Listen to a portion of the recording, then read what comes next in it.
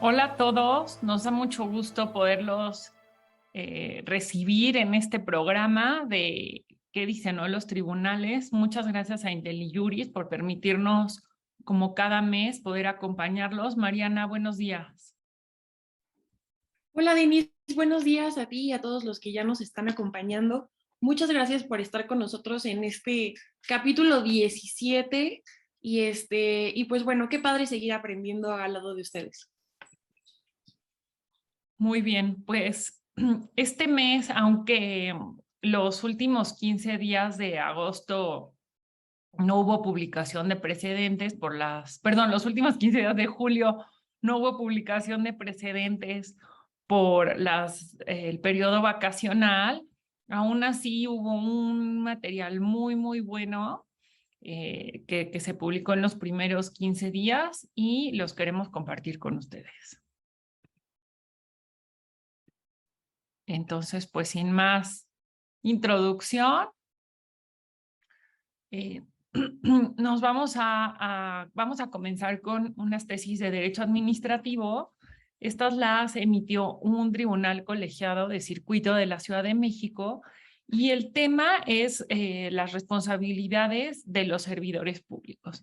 Y como pueden ver ustedes en la parte de abajo de la presentación, son 5 tesis que surgieron de los mismos asuntos. Y se trata de un análisis que hace el colegiado respecto del sistema de responsabilidades de servidores públicos que están previstos en la Constitución.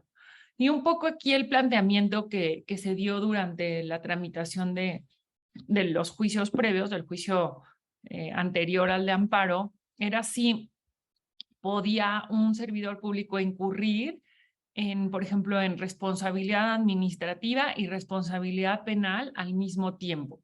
Y bueno, por supuesto que el criterio del tribunal colegiado fue en el sentido de que la Constitución establece un sistema o un modelo de responsabilidades de los servidores públicos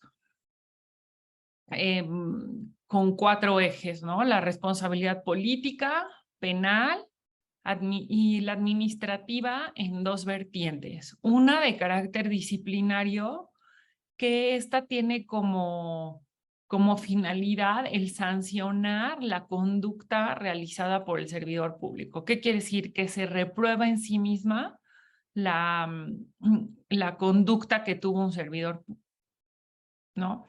Pero otra que también es una responsabilidad en el ámbito administrativo es la de carácter indemnizatorio. ¿Qué quiere decir? Que el objeto o la finalidad de determinar que un servidor público incurrió en responsabilidad es con el objetivo de reintegrar el dinero que salió de las arcas públicas debido a una actuación irregular, ¿no? No es que se busque en sí mismo sancionar al servidor público, sino que el objetivo de la misma es reintegrar los recursos públicos.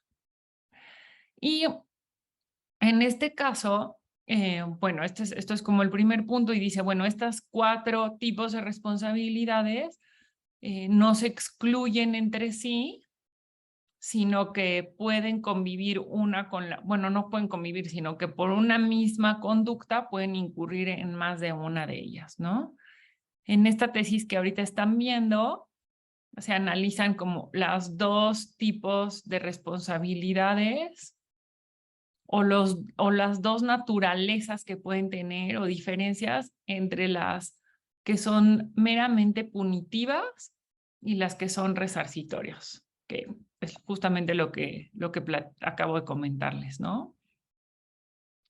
Ahora, el segundo elemento relevante de este asunto es que, y ya respecto de un caso específico, a la directora de Recursos Humanos de la Secretaría de Educación en el estado de Durango, se tenía que determinar si había o no incurrido en responsabilidad, no por actos que ella hubiera realizado directamente, actos u omisiones, sino por faltar a su deber o a su obligación de coordinar y de controlar el ejercicio de los recursos públicos dentro de la dependencia.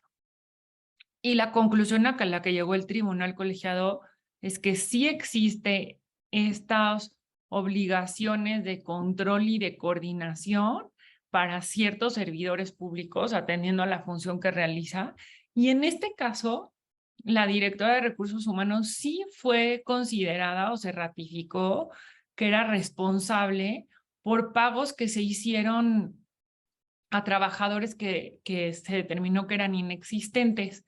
Este precedente es muy relevante porque abre la posibilidad de pues responsabilizar a servidores públicos, no solo por actos u omisiones en que puedan incurrir de manera directa, sino por estas obligaciones de coordinación y de control. No sé, Mariana, si tú quieras agregar algo a este tema.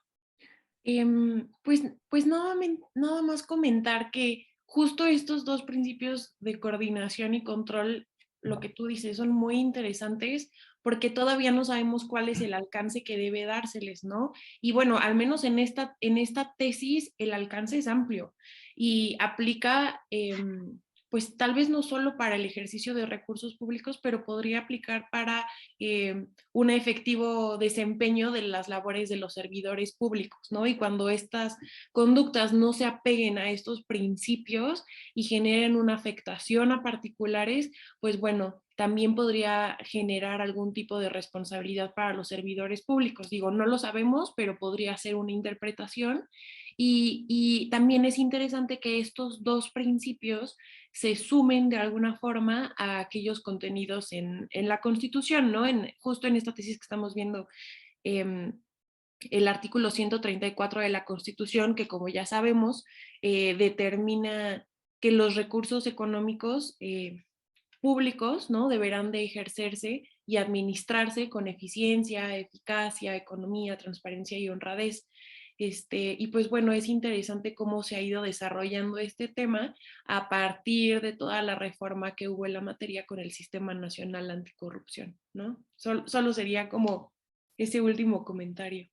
Sí, no, justamente estas tesis hacen referencia al Sistema Nacional Anticorrupción y bueno, pues son interesantes porque van avanzando en este sistema de responsabilidades administrativas que se planteó desde 2014, pero pues vemos que su evolución o su aplicación práctica no ha sido tan rápida, ¿no? Como se esperaba. Exacto. Y pues bueno, sin cambiar de materia, pero sí ahora nos vamos del lado un poco de los particulares. Traemos este criterio, es una tesis de jurisprudencia emitida por un pleno de circuito de Nayarit, ¿no? Entonces, pues bueno, ¿qué vemos en esta tesis? Un particular realizó el pago de derechos al registro público de la propiedad de Nayarit a través de una transferencia electrónica, ¿no? Y lo que vemos aquí es que el registro público dijo que no había recibido este pago de derechos. Entonces, aquí lo que vemos en juicio es la controversia de cómo acreditar si efectivamente el particular realizó o no realizó el pago y cuáles son las pruebas o los documentos idóneos para acreditar el pago de derechos, ¿no? Y pues bueno, es interesante porque este pago no se hizo en una ventanilla, sino que fue de forma electrónica a través de un depósito interbancario. Y aquí hubo una controversia entre los criterios sostenidos por los tribunales y por un lado sostenían que si el particular ofrecía el comprobante de la orden de la transferencia bancaria, había impreso la determinación de pago de derechos, había señalado el desglose de las cantidades que se debían de pagar, los conceptos, que si con esas pruebas bastaba para tener acreditado que efectivamente se había hecho este pago. Y lo que resuelve finalmente el pleno de circuito es que ninguna de esas pruebas sirven de una manera determinante para acreditar este pago, sino que únicamente podemos tomarlas como pruebas indiciarias. Y se determinó que la única forma o la única prueba que se debe de ofrecer para tener por acreditado este pago es el comprobante CEP. Este comprobante se genera desde la página del Banco de México y pues es muy interesante, ¿no? Porque aquí este comprobante lo que acredita es que la transferencia fue aceptada.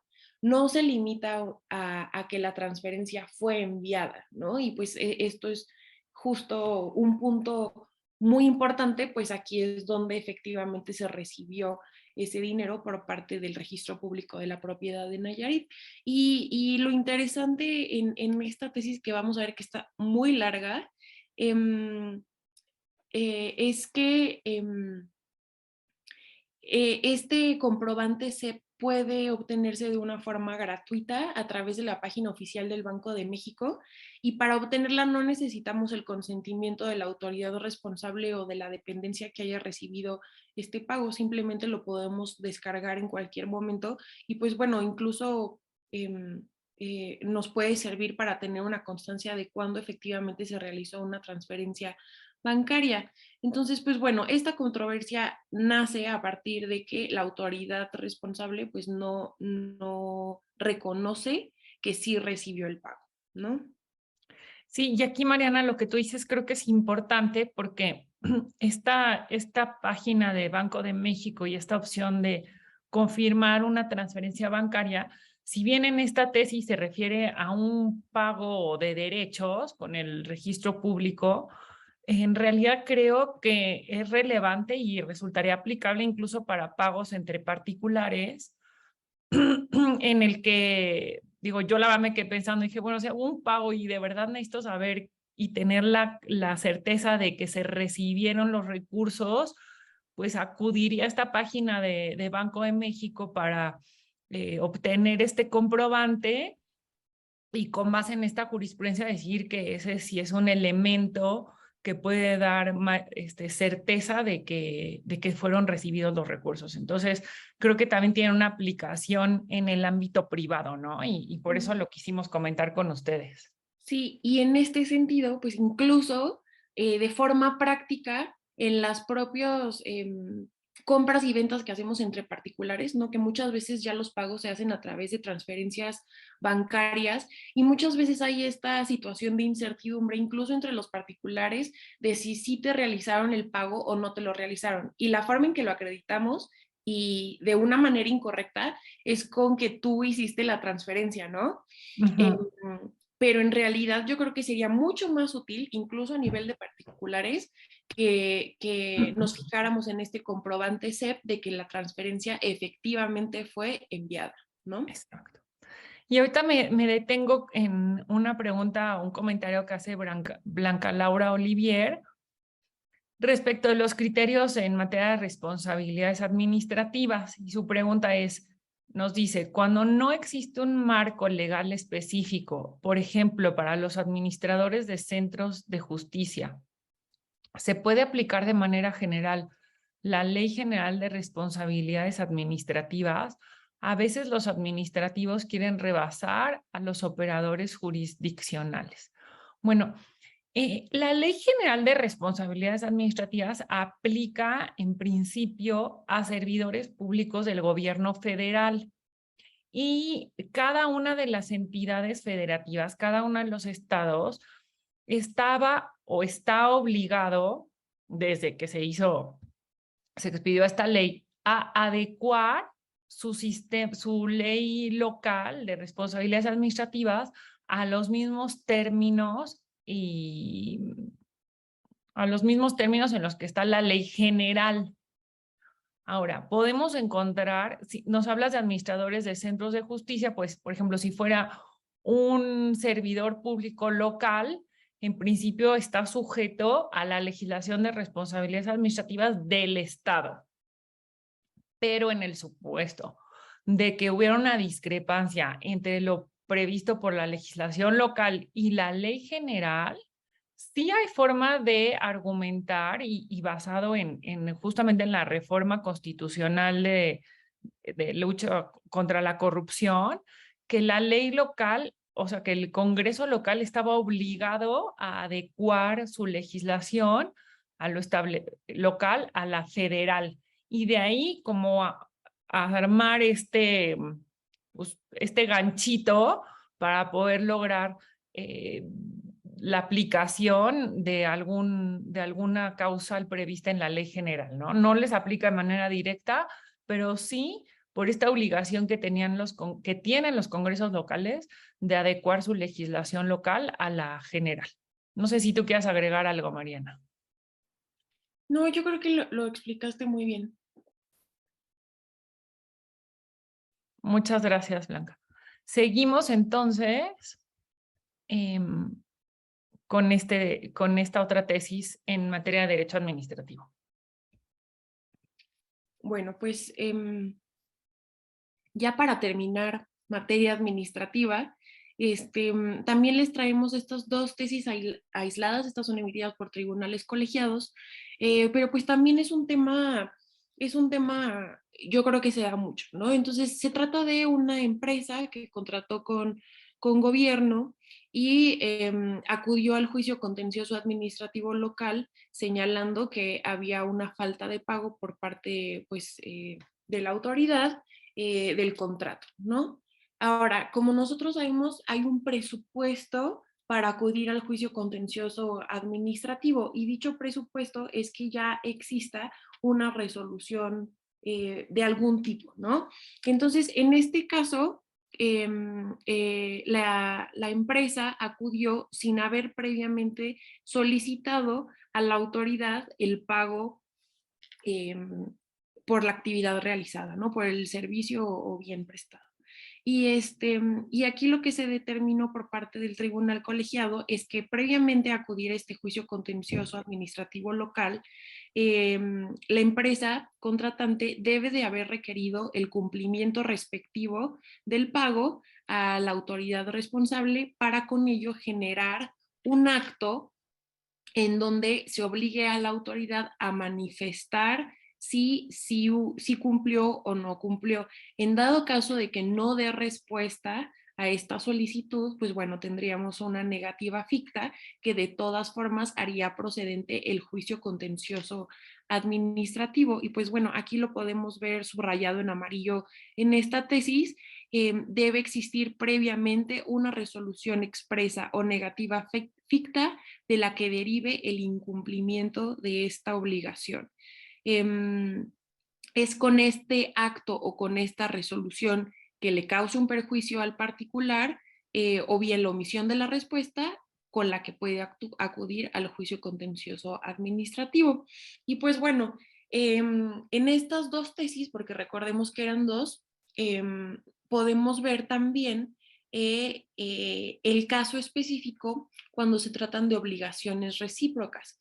Y aunque no pudimos ver más detalles sobre los hechos de este caso, sí podemos ver por lo que hace a este criterio jurídico y a la justificación de esta tesis, que al parecer se trataba de un contrato con obligaciones recíprocas. Entonces, aquí podría tratarse de podría ser una construcción en donde se compra material, se avanza un poco y se paga, ¿no? Entonces, en este caso, le suma un grado mayor de complejidad porque entonces no se trata de una simple omisión de pago, sino que podría deberse esta falta de pago a un incumplimiento previo por parte del particular de esta empresa en que no haya cumplido con la obligación que le tocaba de acuerdo al contrato y de acuerdo al momento en el que se encontraban, ¿no? Entonces, aquí lo que determinan el tribunal colegiado es que es necesaria esta interpelación del pago, es decir, esta solicitud de pago a la autoridad por parte del particular y que esta solicitud de pago no puede realizarse en el juicio contencioso administrativo, ¿no? Tiene que haberse realizado con anterioridad a acudir al juicio contencioso administrativo para que pueda verificarse si se había cumplido con la obligación recíproca previa que existía, ¿no? Entonces, pues bueno, en este sentido son estas dos tesis. Buenísimo. Y ahora nos vamos a una tesis en materia mercantil y este tema nos interesa mucho a Mariana y a mí. Tiene que ver con todas las transferencias bancarias, sobre todo porque como lo planteábamos, cada vez en el día a día estamos más expuestos a, a realizar, bueno, no más expuestos, sino que estábamos la práctica de todo el tema de pagos y movimientos, lo estamos haciendo cada vez más a través de la banca digital y estamos, desde mi punto de vista, en un momento un poco ahí como que en el limbo porque pues las medidas de seguridad no son al 100%. Sabemos que todos los ciberdelitos y todo esto pues están a la vuelta de la esquina, ¿no? Y los precedentes que van saliendo de tribunales en este tema siempre nos gusta comentarlos, pues porque son temas nuevos y estos precedentes también son los que van sentando bases y van a ir pues poniendo límites y determinando hasta dónde está la obligación del cuentaviente, del cliente y dónde ya está la obligación del banco. Entonces, en este caso, un cuentaviente se dio cuenta que se había hecho una transferencia bancaria desde su cuenta y el punto es que desde su cuenta a través del sistema de banca en línea, ¿no? O de banca móvil. Aquí el tema, pues como fino, es que habían ingresado a su servicio de banca en línea utilizando todos los factores de autenticación. Esto es, utilizando, o sea, ante el banco se habían utilizado todas las contraseñas y se había tenido acceso al servicio de banca de manera regular, utilizando las contraseñas, ¿no? Entonces, bajo este argumento, pues el banco sostuvo que había un consentimiento del cuentaviente respecto a esta transferencia y entonces, pues aparentemente ya el particular quedaba sin defensa alguna. Sin embargo, pues, a lo largo del juicio mercantil, se logró acreditar que la dirección IP que tenía el dispositivo, ya sea la computadora o el celular, se encontraba en Israel y que además estaba haciendo una transferencia por miles de pesos, ¿no? Entonces el tribunal dice, estas cuestiones o estos elementos resultan sospechosos y el banco debe tener la capacidad como de conocer a su cliente y de determinar que si está viendo un intento de una transferencia con ciertas características sospechosas, el banco está obligado a suspender el servicio en línea o a negar la transferencia, o sea, a cancelarla, a no dejar que realmente se transfiera el dinero y por razones de seguridad. Entonces nos resultó muy interesante este precedente porque dice, no le puedes como cargar la responsabilidad al cliente, en este caso, si el banco tiene la obligación de estar monitoreando constantemente o en momento real las operaciones que se realicen y se advierte que hay ciertas características sospechosas o que salen del uso habitual que los clientes le dan a la banca en línea, está obligado a suspenderlo. Entonces, en este sentido, pues el particular logró que el criterio fue que él no había dado su consentimiento para la realización de esta transferencia. Entonces, creemos que es muy interesante lo que resolvió en este caso el tribunal. Y también es muy interesante que en el criterio se citan unas disposiciones emitidas por la Comisión Nacional Bancaria y de Valores y estas disposiciones que fueron publicadas en el Diario Oficial de la Federación y que podemos ver en, en el cuerpo de la tesis, ahí, justamente ahí, si ven en el apartado de justificación, cita todas estas disposiciones de carácter general aplicables a las instituciones de crédito, ¿no?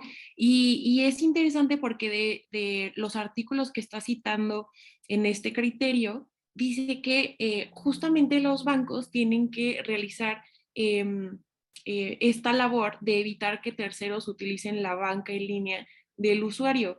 Y a manera de ejemplo pone como algunas formas en que esto puede ser evitado y que si nosotros tenemos una banca en línea, vamos a darnos cuenta que sí, hasta el momento algunas de esas sí se implementan por los bancos, como por ejemplo que se termine la sesión de la banca en línea pasados unos minutos o bien cuando hay inactividad a la hora de que nosotros estamos consultando a la banca en línea, o bien el uso de la ubicación geográfica del dispositivo a la hora de que estamos utilizando la banca. Y si no mal recuerdo, estos han sido algunos elementos que se han implementado, pues no creo que tenga tanto tiempo, ¿no? Sobre todo tomando en cuenta que estas disposiciones vienen de 2005 y que su última reforma fue en 2010. Solo como comentario. Muy bien. Y bueno, ahora nos vamos a algunas tesis en materia de amparo y específicamente por lo que hace a la suspensión. Un trabajador que prestaba sus servicios en Bancomext, esto es una entidad pública, tenía como una prestación de trabajo un servicio médico que recibían tanto él como su esposa. Entonces, cuando es separado del trabajo, de la relación de trabajo, se cancela este servicio médico y el trabajador promueve un amparo solicitando la suspensión de plano al argumentar que se encontraba en un estado de salud grave y que por lo tanto era necesario que se mantuviera la prestación del servicio médico hasta en tanto se determinara si la separación de la relación de trabajo había sido conforme a la ley. Y el tribunal colegiado confirmó la suspensión de plano en el sentido que esta situación ponía en riesgo su vida y su salud por la situación en que se encontraban tanto él como su esposa, y se ordenó a Bancomext que mantuviera la prestación del servicio médico en tanto se determinaba qué sucedía con la relación de trabajo. Pues cada vez estamos viendo más criterios en ese sentido, ¿no? De proteger como medida suspensional la vida, la integridad, la salud y ya después que pase como este peligro inminente, ya, bueno, para esos efectos estamos viendo que se concede la suspensión y pues es muy interesante. En una siguiente tesis, este es jurisprudencia, justo traemos este análisis que deben de realizar los órganos jurisdiccionales al momento de conceder la suspensión. Y yo creo que es una tesis muy interesante porque siempre ha habido y existe como esta discrecionalidad en el estudio de la suspensión, ¿no? Y en este tema se establecen 4 fases que deben de seguirse en el orden que estamos aquí poniendo en la presentación, porque así fueron determinadas en la tesis de jurisprudencia, que debe de realizar el juzgador para poder analizar si concede o no concede la suspensión, ¿no? Entonces, en estas Ay, bueno, 4 voy a regresar fases, aquí, pero... sí, no te preocupes, en estas 4 fases que vemos, la primera de ellas es corroborar la existencia del acto reclamado, ¿no? Una vez que se corrobora eso, que es como el primer paso, se debe de atender a la naturaleza del acto y determinar si puede o no puede ser sujeto de suspensión. Un tercer paso es el analizar los presupuestos legales, es decir, verificar si la persona que está solicitando la suspensión tiene un interés suspensional, ¿no? Aquí podemos pensar si se tratara de un interés legítimo, tiene que haber una valoración a la hora de conceder la suspensión, digamos, indiciaria, de si cuenta esta persona que está solicitando la suspensión con un interés legítimo, pues para acudir a solicitar esta suspensión y que se le conceda, ¿no? Así como también analizar estos otros elementos de si el conceder la suspensión afectaría o no afectaría el orden público y el interés social. Y bueno, el último elemento es, una vez que ya se analizaron las 3 fases anteriores y se determinó que es procedente la suspensión, el juzgador debe de ponderar cuáles son las medidas de efectividad a las que debe estar sujeta esta suspensión que se va a conceder. Entonces, pues bueno, creo que es una tesis muy importante porque es muy enfática en que este es el orden en cómo debe de ser analizado por parte del órgano jurisdiccional, si se va a conceder o no se va a conceder la suspensión. Y pues bueno, también es muy enfática en que no se pueden modificar el orden de estas fases y que deben de ser de modo concatenado, y pues yo creo que esto también sirve tanto para los juzgadores como para aquellos litigantes que quieran solicitar la suspensión, porque pues a la hora de hacer esta solicitud pueden ir siguiendo este mismo orden de análisis para solicitarla. Exacto, o incluso cuando no se otorga o hay algún problema y se va a algún recurso, esta línea, de hecho, como lo dices tú, es una jurisprudencia, si bien es de tribunales colegiados, pero pues es un referente para analizar las resoluciones en las que se otorgue o se niegue la suspensión. Y también en materia de suspensión, en amparo, en este caso, se promovió un juicio de amparo por la falta de medicamentos, que sabemos pues, que es como el pan de todos los días, y al conceder la suspensión, al quejoso se logró que la autoridad sí le otorgara los medicamentos que requería, y me imagino, aunque la tesis no entra al detalle, que se planteaba que si ya en suspensión se había dado cumplimiento o se había subsanado la falta de medicamentos, tenía que sobreseerse porque ya quedaba sin material el juicio de amparo, ¿no? Y aquí un pleno de circuito resuelve en jurisprudencia que a pesar de que con el cumplimiento de la suspensión se haya dado la disponibilidad de los medicamentos, es necesario que se tramite el juicio de amparo y que haya un pronunciamiento de fondo en la sentencia, porque solo de esa manera se podrá restituir al quejoso en la violación de sus derechos humanos. Yo, por ejemplo, sí tengo conocimiento que en los primeros amparos que se promovieron contra la falta de vacunación de COVID en los niños, en los menores, los abogados de la Secretaría de Salud buscaban que se vacunara de manera rápida antes de que se celebrara la audiencia constitucional para poder argumentar que ya el amparo había quedado sin materia y así pues que no hubiera un pronunciamiento de fondo por parte del juez, ¿no?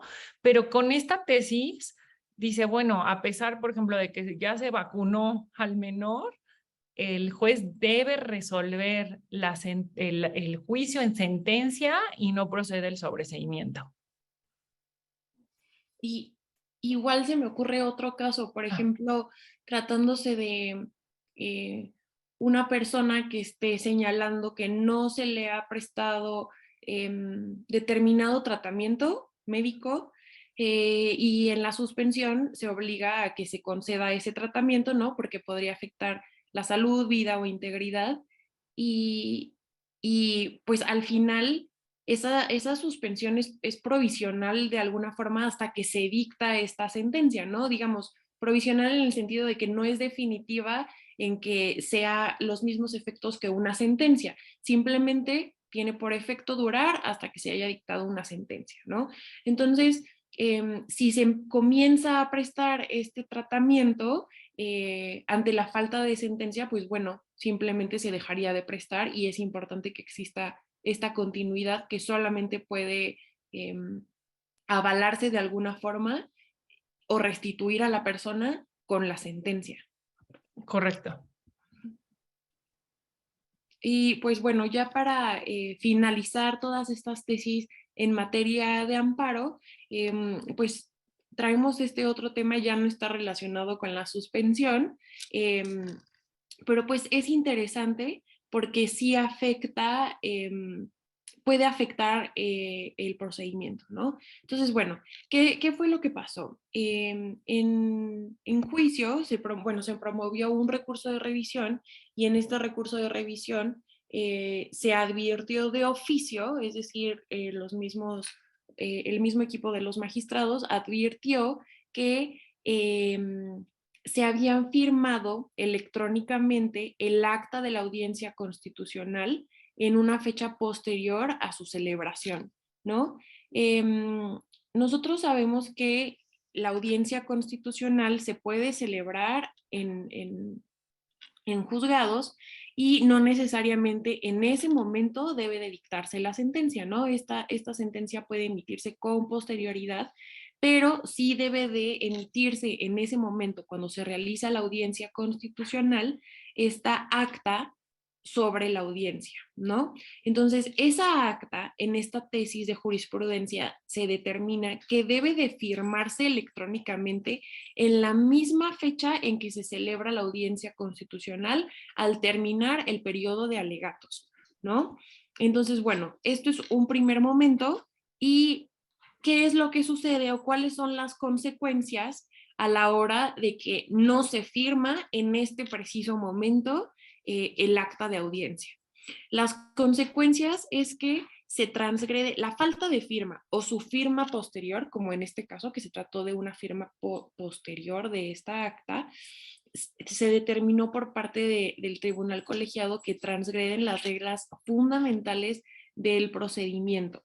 Entonces, como consecuencia, debe de reponerse el procedimiento para que se pueda llevar a cabo nuevamente la audiencia constitucional y se puedan utilizar los medios electrónicos para firmarla en ese momento, porque la falta de firma o su posterior firma invalidan el acta y por vía de consecuencia la sentencia. Entonces, aunque pudiera parecer un tema menor, es de suma relevancia para que tanto el acta como la sentencia puedan tener la debida validez.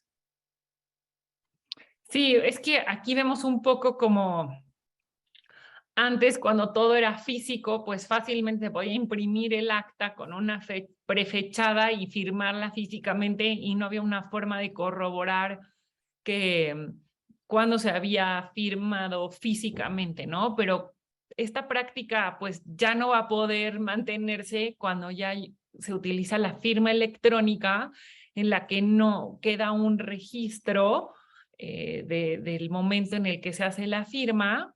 Y pues bueno, necesariamente creemos que esta parte de todo lo electrónico va a tener que ir modificando algunas prácticas que se llevaban en los juzgados, en los tribunales, y por eso lo quisimos comentar. Y bueno, también como por la implicación que le dio el colegiado a esto, ¿no? A que se firmó con ficha posterior, de decir, es un tema que amerita que se reponga el procedimiento. Oigan, nos están diciendo aquí que no está habilitado el chat. Ahorita lo vamos a revisar. Le pedimos a Intelibre si nos pueden ayudar, porque sí vemos que no estamos pudiendo escribir en el chat. Entonces, sí nos pueden ayudar y ahorita lo vamos a tratar de resolver. Muchas gracias a Mario Gilberto y a Blanca por sus comentarios.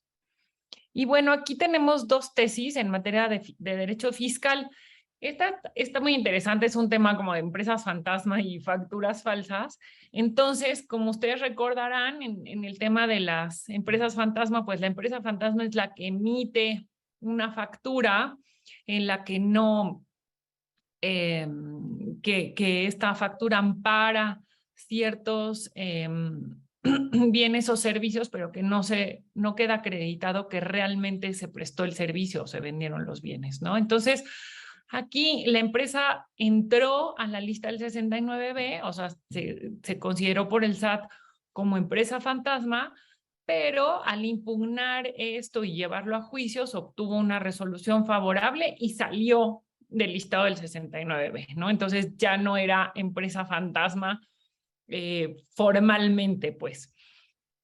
¿Qué sucede? Que el SAT inicia una revisión al contribuyente que recibió esas facturas y el argumento de defensa del contribuyente es, oye, tú, SAT, ya no me puedes venir ahorita a revisar estas facturas porque la empresa que las emitió ya no está dentro del listado del SAT.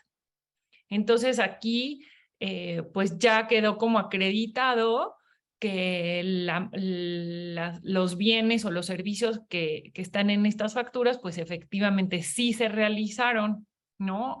Y el tribunal colegiado dice no. O sea, aquí no hay un tema de que si la empresa salió del listado del 69B, yo ya no puedo revisar estas facturas. Tú, contribuyente que las recibiste, está sujeto a revisión y me tienes que acreditar la materialidad de las operaciones que fueron, que están en estos comprobantes fiscales. Entonces, bueno, pues sabemos que en este tema siempre es como qué defensas presenta uno y qué defensas presenta el otro, pero sobre todo aquí el tema era que el contribuyente que recibió las facturas decía que ya había una cosa juzgada y que esta era una cosa juzgada refleja, ¿no? Que como el emisor de las facturas ya había salido el 69B, ya había cosa juzgada y el criterio fue, pues no. O sea, finalmente la obligación de acreditar la materialidad de los comprobantes fiscales se mantiene independientemente del estatus que tenga quien las emitió. Ay, creo que ya está funcionando el chat, ¿no, Mariana? Sí, Sí, buenísimo. a mí Ya también estamos ya me recibiendo llegó. sus comentarios. Una disculpa que no nos habíamos dado cuenta antes, pero bueno, cualquier cosa nos podemos regresar a los precedentes y en un momento más también les vamos a compartir la presentación como siempre lo hacemos. Y en otro tema en materia fiscal, un particular solicitó al SAT que le expidiera su opinión de cumplimiento. Como ustedes saben, la opinión de cumplimiento que está prevista en el 32D cada vez más es un requisito para contrataciones, sobre todo contrataciones con gobierno, pues es una obligación el presentarla. Y este contribuyente, al solicitarla al SAT, la recibe, pero en un sentido negativo, este es que no ha cumplido cabalmente con sus obligaciones fiscales y promueve juicio de amparo para que se le conceda la suspensión, ¿no? En contra de esta opinión de cumplimiento en sentido negativo y el colegiado resuelve, pues en este caso es improcedente conceder la suspensión porque esta opinión de cumplimiento se limita a una cuestión o a un acto de naturaleza declarativo. O sea, no es un tema que constituya derechos, sino que el SAT al momento de revisar la situación del contribuyente dice, bueno, está o no cumpliendo con sus obligaciones fiscales y a partir de esta cuestión da su dictamen, ¿no? Entonces dice, como es un tema declarativo, pues no procede a conceder la suspensión. Y además creo que es interesante lo que señala aquí al final de la tesis, que dice, si un contribuyente recibe una opinión de cumplimiento de obligaciones fiscales en sentido negativo, esto presupone que existe un crédito fiscal firme o que no, estos créditos no han sido pagado o garantizado y esta situación en sí misma es una limitación para poder contratar en, con el gobierno, ¿no? Este tema como que se presupone, creo que puede tener como un alcance un poco peligroso, pero bueno, ahí lo dejamos para que ustedes lo tengan a la vista, pero sobre todo el tema central, pues es que no procede la suspensión. seguimos, yo creo, Mariana, porque ya no nos queda tanto tiempo y todavía queremos comentar muchas tesis con ustedes. Sí, nos vamos a tratar de apurar para poder comentar todas las tesis que quedan, que al final les traemos unas tesis en materia penal muy interesantes. Entonces, pues bueno, en materia civil traemos este criterio, es una tesis aislada y es muy interesante porque también es pues de aplicación de todas las personas, ¿no? En este caso, una persona compró un auto usado y, y a la hora de comprar este auto, el vendedor le hizo firmar una carta responsiva la que aceptaba las condiciones del vehículo como se lo estaban vendiendo, ¿no? Entonces, posteriormente, el comprador se dio cuenta que el auto que le habían vendido tenía un reporte de robo y estaba sujeto a investigación criminal. Entonces, pues bueno, obviamente se quedó con el auto, había pagado ya una suma y pues tenía un vehículo robado, ¿no? Entonces lo que sucede es que acude a juicio para demandar la nulidad del contrato de compraventa del vehículo y pues bueno, en este caso el tribunal analiza si esta carta responsiva puede obligar a la persona a aceptar las condiciones del vehículo, incluido este reporte de robo y que estaba sujeto a una investigación criminal. Y lo que podemos ver aquí en este criterio es que el hecho de que se firme una carta responsiva en el que el comprador acepte las condiciones del auto como se encontraba, no implica de ninguna manera que haya aceptado los vicios ocultos que tiene el bien vendido, ¿no? Como lo es el reporte de robo. Y aquí lo que determina es que con base en el Código Civil para el Distrito Federal, la venta de cosa ajena es nula de pleno derecho, ¿no? Entonces, pues bueno, sí debe de concederse esta nulidad del contrato de compraventa y lo que es más interesante es que si nosotros nos remitimos a este artículo del Código Civil para el Distrito Federal, el 2270, podemos ver que dice, la venta de cosa ajena es nula y el vendedor es responsable de los daños y perjuicios si procede con dolo o mala fe. Entonces, pues aquí, adicionalmente a lo que se limitó este criterio, podemos ver que el que tú vendas algo, un bien que está sujeto a un reporte de robo y a una investigación criminal, pues podría hablar de dolo o mala fe a la hora de vender este bien y no hacérselo del conocimiento a la persona, ¿no? Entonces, incluso podríamos hablar de una responsabilidad de daños y perjuicios por parte de este vendedor. Y pues bueno, ahora nos pasamos a materia laboral y en este caso traemos la renuncia de una trabajadora con violencia. En este caso, una trabajadora señaló que estaba prestando sus servicios en una institución pública y su patrón la llamó para obligarle a firmar su renuncia y que esto se le obligó mediante el uso de violencia física y moral. Entonces acude a juicio señalando que fue sujeta de un despido injustificado y entonces obviamente lo que la trabajadora está señalando, porque en la tesis podíamos ver en los hechos que a la trabajadora se le llevó, digamos, a un lugar en donde no había ninguna otra persona que pudiera constatar esto y que ahí fue cuando se le obligó con violencia a que firmara su renuncia, ¿no? Entonces, como podemos ver, es un acto de coacción, pero que se desarrolla de alguna forma privada, ¿no? Entonces, no hay como mayores elementos. Entonces es muy importante analizar a quién corresponde en la carga de la prueba. Si bien quien está firmando en este momento es la trabajadora, que a ella fue la que se le obligaron a renunciar mediante violencia, el tribunal determina que se invierte la carga de la prueba y que le corresponde al patrón demostrar que la renuncia de la trabajadora se realizó sin violencia, es decir, que no existieron ningún tipo de vicios en la voluntad de la trabajadora.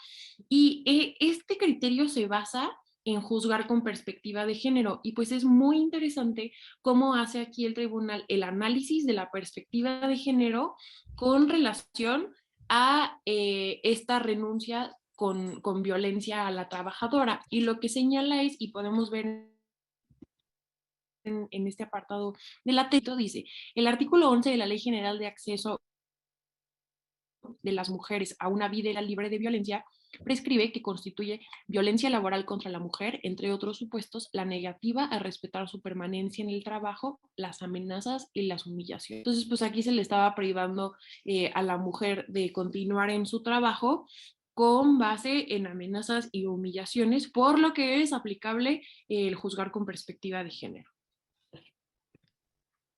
No sé tú, Denise, si Sí. quieras añadir algo más. No, el otro tema en laboral es un tema de un accidente de trabajo y cómo determinar si se actualiza o no. De acuerdo con la legislación laboral, la persona, el trabajador, tiene que salir de su domicilio y en el camino del domicilio al lugar de trabajo, si ahí sucede un accidente, se considera como un accidente de trabajo. En este caso, se trataba de un policía en el que no salió o el camino no inició desde su lugar, desde su domicilio, sino en un lugar distinto, y entonces se argumentaba que no había o no podía considerarse un accidente de trabajo.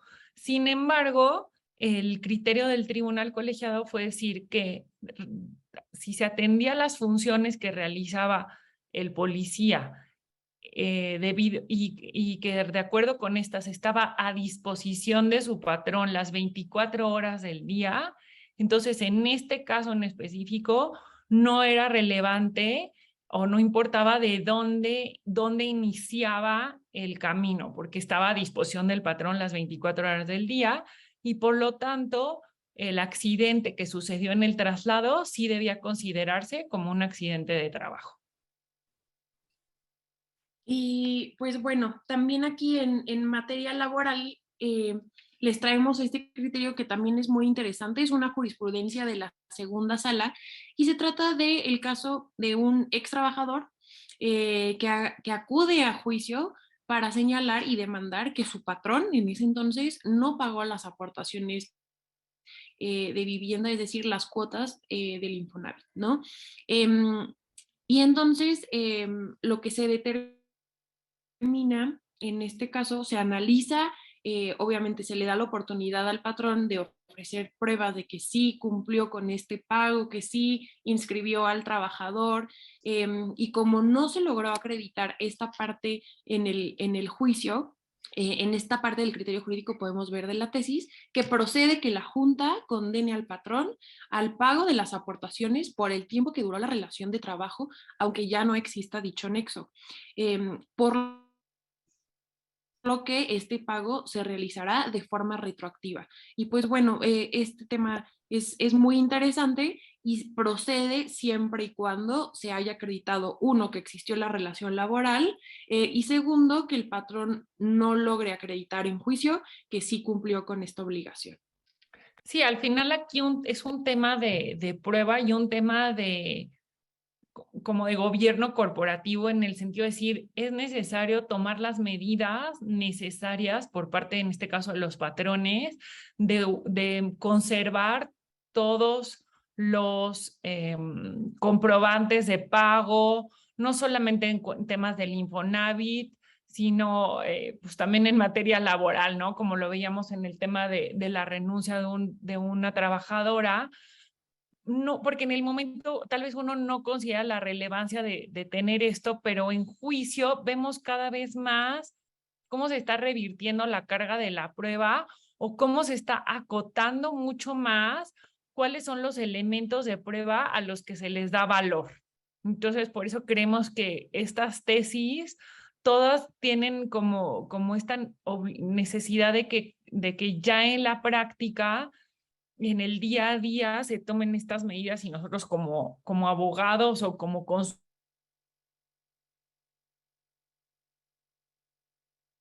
consultores decirle a nuestros clientes que tengas toda la documentación que en algún momento puedes llegar a requerir, ¿no? Porque ya probarlo en juicio, pues es otra cosa. Eh, y Bueno, yo no sé, Mariana, si nos seguimos o nos avanzamos un poquito más. Sí, estaría bien.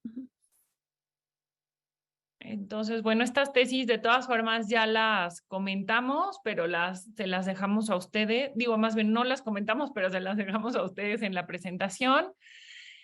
Y nos quedan estas dos. Si quieren, las digo, las comento rápidamente. En materia mercantil se resolvió que en la etapa oral de juicio mercantil no opera la caducidad de la instancia. Esta es una etapa específica que se da desde que se señala la audiencia preliminar hasta que se dicta la sentencia. Hubo, o sea, hubo un plazo de más de 6 meses en que no hubo intervención de las partes en el juicio y entonces argumentaba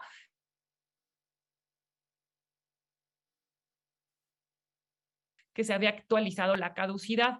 Pero lo que resolvió este juicio de la Ciudad de México es que no puede considerarse que opera la caducidad porque esta etapa del procedimiento le corresponde impulsarla al juez de manera oficiosa y por lo tanto, a pesar de que las partes no hayan impulsado el procedimiento, no se actualiza la suspensión. Digo, la caducidad, disculpen. Y en la segunda tesis que también nos pareció interesante es, todos sabemos que en materia mercantil, los particulares al momento de celebrar un contrato pueden elegir o firmar una obligación, pueden elegir cuáles son los tribunales a los que quieren someterse y sabemos que en los contratos ponemos las partes acuerdan que se someten a los tribunales de la Ciudad de México, por ejemplo. Pero aquí lo que se resolvió es que eh, esta libertad de poder determinar la jurisdicción no es una libertad absoluta, sino que necesariamente las partes tienen que elegir, perdóname que lo diga de manera coloquial, pero creo que es lo más fácil, tienen que elegir de alguno de los supuestos que están previstos en el artículo 1093 del Código de Comercio, que dice que se tiene que elegir el domicilio de alguna de las partes, la del lugar de cumplimiento de la obligación o donde se ubique la cosa, cuando, por ejemplo, sea una compraventa o un arrendamiento. Ahora, si las partes eligen una jurisdicción y que en esa jurisdicción no se actualice alguno de estos tres supuestos, lo que se resolvió es que a pesar de que las partes lo hayan acordado de manera voluntaria, no se va a poder dar atención a la voluntad de las partes, sino que se tendrá que elegir uno de estos tres supuestos para determinar quién es el juez competente para resolver una controversia. Y esto nos pareció muy relevante porque a veces pensamos que puedes poner lo que tú quieras, ¿no? En cuanto a la jurisdicción que se elige, pero no necesariamente tiene que cumplirse o caer en uno de estos tres supuestos. Ay, y creo que podemos ir cerrando con estos temas de patria potestad y de custodia, ¿no, Mariana? Sí, se las comentamos brevemente porque sí están muy interesantes y estas tesis que les vamos a comentar están relacionadas también con el deber de cuidado. El deber de cuidado está tipificado, es decir, cuando no se cumple con este deber de cuidado, está tipificado como delito en el Código Penal para el Distrito Federal. Y a quién abarca este delito, ¿no? Entonces, nada más les comento brevemente. En este caso se trata de una menor de edad, una niña que estaba al cuidado de su abuela y su tía, ¿no? Los papás no tenían ningún cuidado de la niña, no sabemos si los papás fallecieron o no, pero la menor estaba al cuidado de la abuela y de la tía. Y estas personas fueron vinculadas por el delito de omisión de cuidado de la menor. Entonces aquí surgieron varias preguntas en el juicio, es decir, ¿quiénes pueden cometer este delito de omisión de cuidado de un menor de edad? ¿Tiene que estar vinculado o no con la patria potestad? Entonces, lo que se resuelve en estas tesis aisladas por parte del tribunal colegiado es que esta obligación de cuidado no se limita a quienes ejercen la patria potestad, sino que también incluye a las personas que ejercen la guarda y custodia de la menor de edad, como en este caso la abuela y la tía de la niña. ¿Y qué es lo que pasó? La menor de edad fue dejada sola en una vialidad en la Ciudad de México, desentendiéndose de la menor, estas personas la dejaron ahí y pues bueno, lo que retoma el tribunal es que se abandonó a la menor de edad al dejarla en una situación de desamparo en la vialidad concurrida con la intención de no garantizar sus derechos, ¿no? Y también es muy interesante, bueno, ahí hallaron el elemento normativo del abandono en el delito de omisión de cuidado, entonces, pues bueno, ya tenemos esta intérprete cuando no se quiera garantizar los derechos de la menor, se le está dejando en una situación de abandono, ¿no? Que es un requisito para que se detone este delito de omisión de cuidado. Y la última parte que analizan y que es muy interesante, justo le estábamos viendo, es que ¿cuándo aplica el juzgar con perspectiva de género, no? Porque puede haber esta duda de, ya sabemos que el juzgar con perspectiva de género aplica para cuando, digamos, la víctima o quien está siendo sujeta de un menoscabo de sus derechos es una mujer o es una niña, ¿no? Eso lo tenemos muy claro. Ahora, ¿qué es lo que pasa cuando la agresora o quien está menoscabando los derechos de esta menor de edad es una mujer? ¿No? Como en este caso que se trataba de la abuela y la tía. Y lo que aquí dice el tribunal es muy concreto.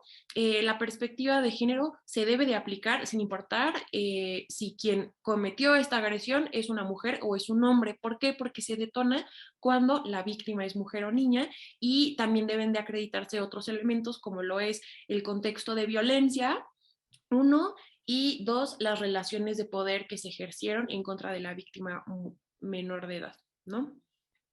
Muy bien. Tengo aquí Héctor Luis, que levantaste la mano. Igual voy a abrir el micrófono por si quieres compartir algo en estos últimos minutos. Ya te abrí el micrófono.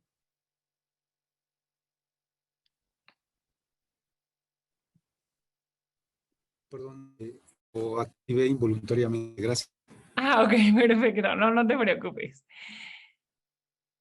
Ok, entonces, pues para cerrar, si nos regalan 2 minutos más, tenemos otras dos tesis que están relacionadas con lo que comentaba Mariana, y es uno, también el tema del deber de cuidado, ¿no? En este caso, la persona que estaba cuidando de una niña como su hija acude a un juicio para solicitar que los padres pierdan la patria potestad, pues no han tenido cuidado de ella, ¿no? Y aquí el tema a determinar era si esta persona que había cuidado de la menor podía demandar la pérdida de patria potestad de los padres, ¿no? Y la conclusión a la que se llegó es que sí, la situación que había entre la niña y los padres ponían en peligro la integridad de la menor o afectaban su formación, sí era procedente que se demandara la pérdida de la patria potestad y a favor de la cuidadora, ¿no? Entonces, estos dos precedentes vemos que tienen en común el hecho que fortalecen o le dan mucho más peso legal a la figura del cuidador. Y esto también lo hemos visto en otras materias, no solo en un tema de menores, ¿no? Y finalmente, en este caso, una niña, una menor, se denuncia a la madre por violencia familiar y el padre dice, bueno, solicito al MP que como una medida de protección, él mantuviera la custodia de la niña, porque él no se encontraba como en este tema de haber cometido algún acto de violencia. Y el tema a resolver era que el Código Nacional de Procedimientos Penales no prevé de manera expresa que uno de los padres pueda mantener la custodia del hijo cuando se dé esta situación, ¿no? Pero el tribunal interpretó justamente el Código Nacional de Procedimientos Penales en el sentido de que sí era procedente esta medida de protección, en tanto le otorgara la posibilidad a la niña de tener un lugar donde se pudiera salvaguardar su integridad personal. Y bueno, pues lo relevante es justamente esto, ¿no? Que se hace como una interpretación de las medidas de protección, siempre y cuando medie el interés superior del menor. Entonces, nos parecieron interesantes estas 3 tesis que van en grupo y van como que en esta misma línea de la protección de los menores. No sé si quieras agregar algo más, Mariana. No, pues agradecerles a todos por regalarnos unos minutos de su tiempo, pero creíamos que estas tesis en materia penal son muy relevantes. Este tema del deber de cuidado, incluso lo hemos visto en otras legislaciones como en Estados Unidos, por parte de empresas, ¿no? Estamos hablando de un deber de cuidado y pues bueno, es muy interesante ver que ya se está analizando este tema también aquí y que siempre todo se hace para proteger a los menores de edad y cómo puede involucrar este delito a personas que no necesariamente tienen la patria potestad. Pues muchas gracias de nuevo. Nos encantó poder compartir con ustedes estos precedentes, estos criterios.